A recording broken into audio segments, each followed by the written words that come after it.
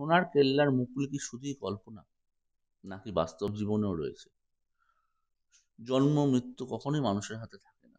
সে কখন জন্ম নেবে বা কখন মৃত্যুর কোলে ঢলে পড়বে কেউ জানে না। এই জন্ম মৃত্যু নিয়ে অনেক লোকগাথা প্রচলিত আছে। গ্রামে গঞ্জে প্রায় শুনতে পাওয়া যায়, কেউ তার আগের জন্মের সমস্ত ঘটনা অনর্গল বলে দিচ্ছেন। কেউ বা বলে দিচ্ছেন তিনি কখন কিভাবে শেষ নিঃশ্বাস ত্যাগ করবেন। কেউ এইসব কথা সত্যি বলে ধরে নেন।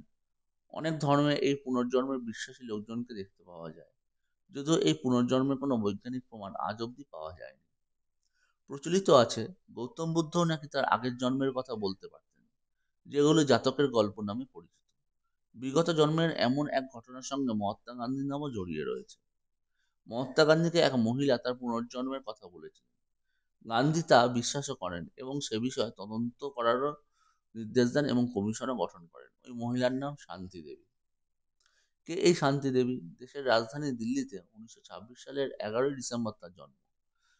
সাধারণ শিশুরা 4 বছর বয়সে কথা বলতে অনেক সড়গড় হয়ে যায়, কিন্তু শান্তি দেবী শৈশবে অনেকদিন কথা বলেননি।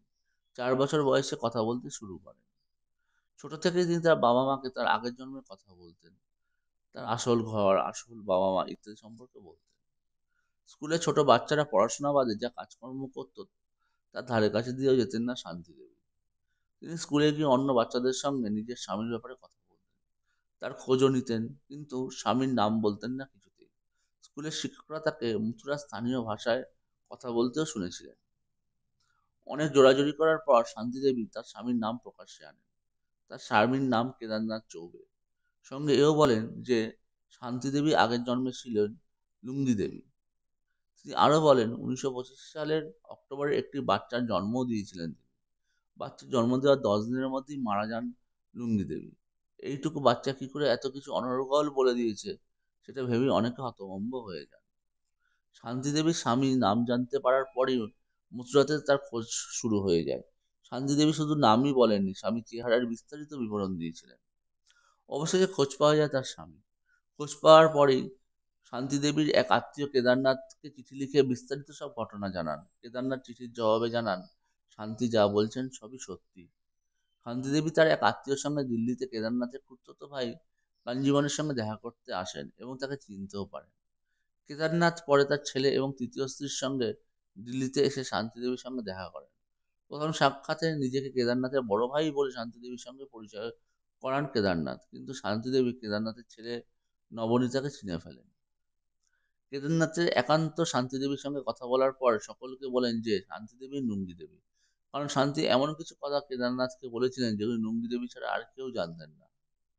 কয়েকদিন পর কেদারনাথরা বাড়ি চলে যাওয়ার পর শান্তি দেবী মথুরা যাওয়ার জন্য বাড়ির লোকের উপর জোরাজুরি করতে শুরু করেন। তিনি তার বাড়ির লোকেদের আরো বলেন যে মথুরার বাড়ির ঠিকানা তিনি বলতে পারবেন। সঙ্গে এও বলেন যে ওই বাড়িতে একটি পাত্রও রয়েছে যার মধ্যে টাকা পয়সা রাখা রয়েছে। শান্তি দেবীকে নিয়ে চর্চা তখন দেশ জুড়ে। সেই চর্চা মহাত্মা গান্ধীর কানে এসেও পৌঁছায়। ঘটনার সত্যতা বিচার করতে তিনি একটি কমিশন গঠন করেন এবং তদন্তেরও নির্দেশ দেন। 15ই ডিসেম্বর 1935 সালে কমিশনের লোকজন শান্তি দেবীর সঙ্গে মথুরা যান। সেখানে শান্তি দেবীকে দেখতে ভিড় জমে যায়। লোকজনের মধ্যে অনেক আত্মীয় তিনি চিনতে পারেন, তার মধ্যে নন্দী দেবীর এক দাদুও ছিলেন। 1936 সালে কমিশন তাদের রিপোর্ট পেশ করে। সেই রিপোর্টে লেখা ছিল নন্দী দেবী শান্তি দেবী নামে পুনর্জন্ম নিয়েছেন। সেই সময় আরো দুটি পৃথক রিপোর্টও লেখা হয়েছিল। রিপোর্টটি মহাত্মা গান্ধীর গঠন করা কমিশনের রিপোর্টকে খণ্ডন করেছিল। রিপোর্টে বলা হয়েছে শান্তি দেবীর দাবির পরিপ্রেক্ষিতে এমন কোনো মজবুত প্রমাণ পাওয়া যায়নি যা তার পুনর্জন্ম তত্ত্বকে স্থাপিত করে। আজীবন অবিবাহিত থেকে গিয়েছিলেন শান্তি দেবী। জীবনদশায় অনেকবার তাকে তার পুনর্জন্মের গল্প শোনাতে হয়েছে। মৃত্যুর 4 দিন আগে পর্যন্ত তার সঙ্গে লোকজন দেখা করতে গিয়েছিলেন, যারা তাকে তার গল্পের সত্যতা নিয়ে খোঁজ করেছিলেন। 1987 সালের 27 ডিসেম্বর শান্তিদেবীর মৃত্যু হয়, কিন্তু তার পুনর্জন্মের গল্প আজও লোকমুখে চর্চিত রয়েছে।